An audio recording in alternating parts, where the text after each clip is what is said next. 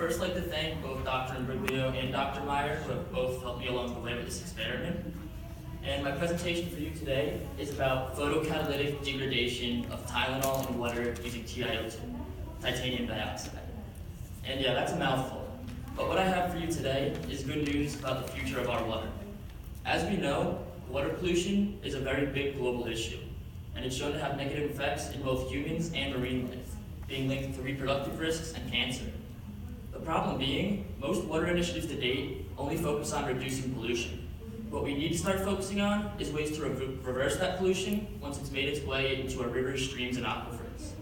And luckily, recent discoveries in the compound titanium dioxide and its nanotechnology has shown to do just that. And before I move forward, I'd like to say TiO2 is just a common pigment that's used in many plastics, paints, foods, and cosmetics. And those pictures are just examples of my experiments using different lights. There are many chemicals hazardous to humans that have ways of entering our water supply, starting with things like pesticides on farmlands that leach into our groundwater, or chemical waste from factories that's dumped directly into rivers and streams.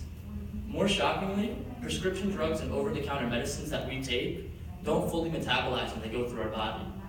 So what's listed up there, such as birth control, heart medicine, Tylenol, what I experimented with, all of that doesn't fully metabolize and gets recycled through the water we drink and the water treatment plants.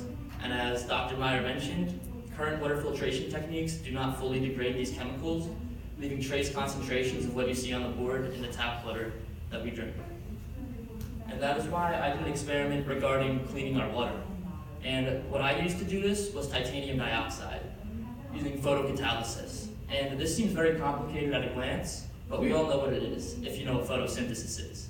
When a plant takes in sunlight, the chlorophyll on the plant soaks up water and carbon dioxide, and it releases oxygen and produces glucose.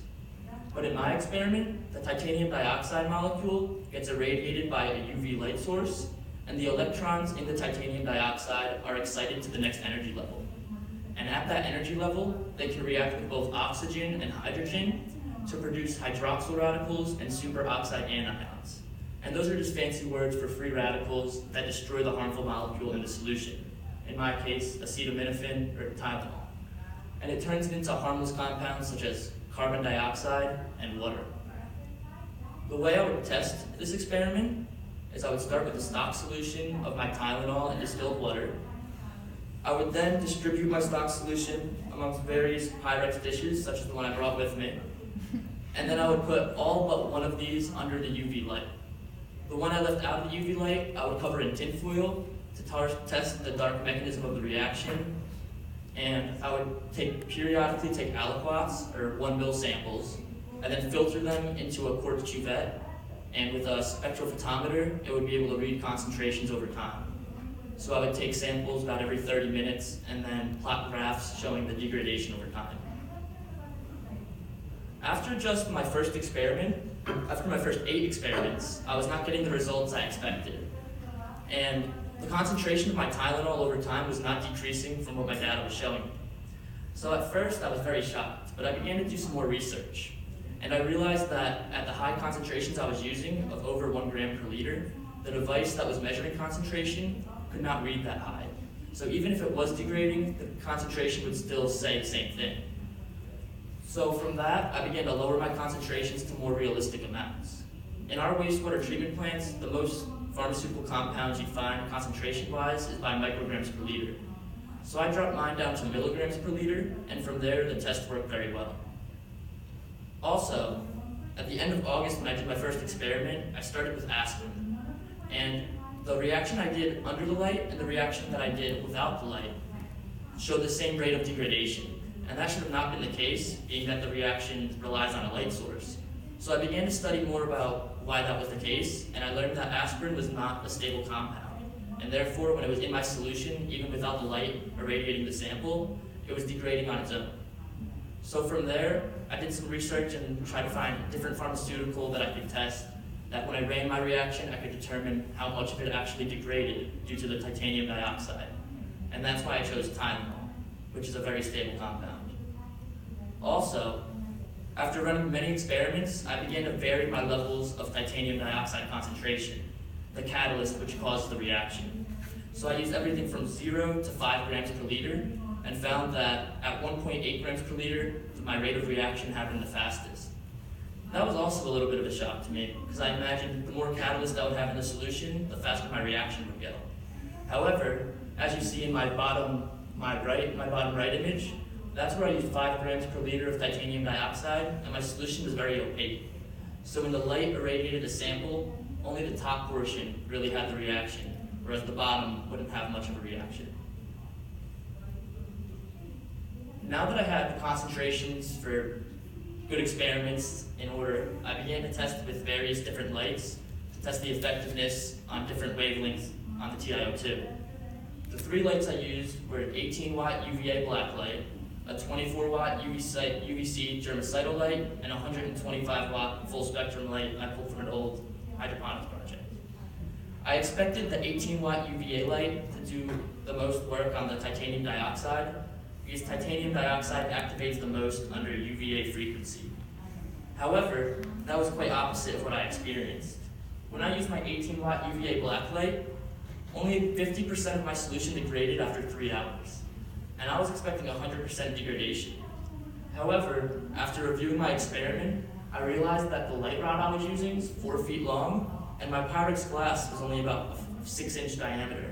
Therefore, only 1/8 of that light was actually irradiating my sample, meaning it was really only around 2.25 watts, which is still quite remarkable being that I was able to degrade the Tylenol by 50%. And while using my other 2 lights, they were pretty equal in rate of reaction despite the difference in wattage. And that's because with the UVC frequency, the titanium dioxide activated much faster. So conducting this on a large scale, you would want to use a UVA light that is higher wattage. But I also realized that when I used my full spectrum light, despite 5 times the wattage, it actually took about 10 more minutes to degrade my entire Tylenol solution. But after all those experiments, I was able to collect a ton of data, and I graphed all my concentration versus time graphs. And my concentration versus time graphs followed a exponentially decreasing graph. And that's because it was a first order reaction. And the rate of reaction happens due to the concentration of the reactant. So when the concentration of Tylenol began to decrease, the rate at which it was decreasing also began to decrease, making the exponential decrease as you see in my top graph. Then, to further show that it is in fact first order, you would have to take a natural log of concentration versus time. And that's expected to show a linear relationship, as you see in my bottom graph. And to prove that it's linear, you should take an R-squared value, and if the R-squared value is close to 1, it shows that the linear trend line is close to your real data points. And also, the rate constant is the same order across all my experiments, or the same magnitude. And by that I mean the slope going down is all in the 100th decimal point. And one other thing I'd like to add about my experiment is that when I was testing at high concentrations, I began to see a byproduct forming in my solution. As you see in my top image, it was fluorescent green. And by that, I realized that something else was being formed when I ran this experiment with such high concentrations.